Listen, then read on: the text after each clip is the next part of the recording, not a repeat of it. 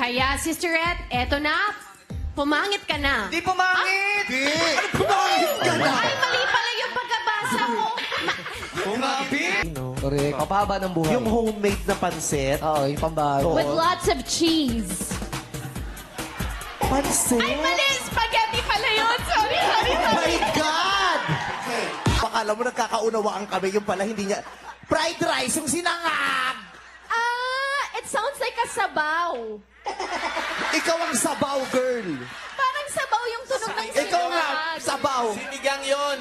Alam ko yung sinigang, pero yung sinaag... O, sinangag pa rin. Ano gusto mong cone? Ako? Hindi siya. Ano gusto mong cone? Sumagot ka! O, narito naman ang batayan sa kantahan. Anong katayan? Alam mo, mapagpagod, Ano pwede to? namang magpahinga. Pasas. Capsicum. Ano? Capsicum. Ano yun? Red peppers. Arte mo, wala namang ganyan sa karinderya namin. Baka mapaaway pa ako. Baka... Yan nila sa Pilipinas.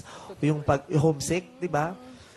Lalo na during Christmas or family celebrations na you're meant to be together. Diba? Birthday mo.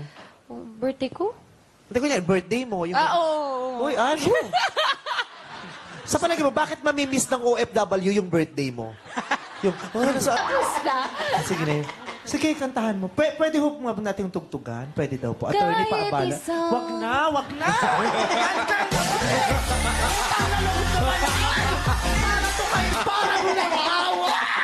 Naniniwala ako sa kasabihan, umarte kang naaayon sa ganda. Buti na lang, Vice, artista ka. I thank you! Totoo ba yun? Sabi. Sabi, ewan ko din. Yung mga, pero may malinis, diba, yung mga palakang bukid? Ako na ba? Ako, yung palakang bukid. Tama. Yung palakang bukid. Oo. Kaya naman, iba na natin na usapan. Tiniis mo lang, hindi ka masyadong nagsasalita o hindi... Kumulin lang. Hindi pa makatay. Tatadyakan ko tong batang to. Wag! Hindi niya makuha. Alam mo kasi, ang hirap talaga pigilan yung antok. Cavite po. Saan sa Cavite? Sa Rosario, Salinas. Cavite po. Saan sa Cavite? Rosario, Salinas. Salinas? Oh my God! Kilala mo si Consular Illustre? Ano nangyari? Kasi, di ba, pag sinasabi natin, tiga saan ka, may sayaw. Pero inaantay din nating may tugtog. Usually kasi instant yun. Nauna ka sa tugtog? Sabi na nga ba eh. Oh my gosh!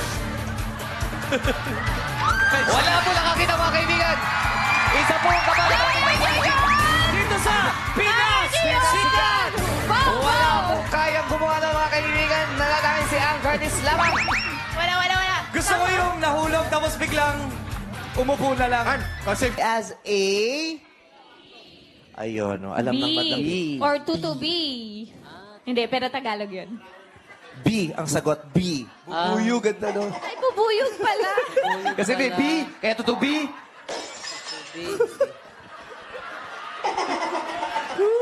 Tutubi, dragon fly. Kaya tinawag ng kabayo yun. Oo nga, ngayon ko lang nalaman yun. Bakit nga Ba't ba? hindi baka? Bakit hindi aso? Bakit laging kami? Kasi pag ginanon mo, nakaganon. Bakit yung baka ba pag ginano mo nakaganon? So hindi pwedeng pusa kasi mahirap itayo kasi lagi nakaganyan.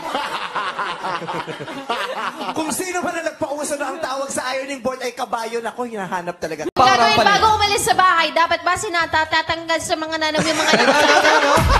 Ano? Ano? Cheer! Ano? Cheer! Dapat ba natatanggal? Dapat ba natatanggal? Dapat ba natatanggal? May natagpo ang dugo ang bra na may burdang Elena.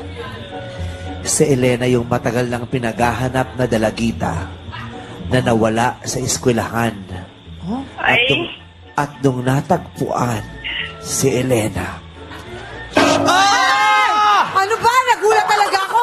Munti ka kumapasabi ng Siya, wag mo gugulatin! Sinasabi ko sa'yo, live tayo! Baka Live lumasabi! tayo. Baka may masabi ako. Magugulatin niya si Cha! May mali! May magkakayakap kasama yung nanay ko, ang father ko nasa US Naval Base at that time. Oh. So, hanggang nag-pray kami, hanggang matapos siyang mawala. Nung nag-pray kami, tapos nagsindi ng candle, wala kasing kuryente before, doon lang nag-stop. Oh, hindi na ako yun, ha?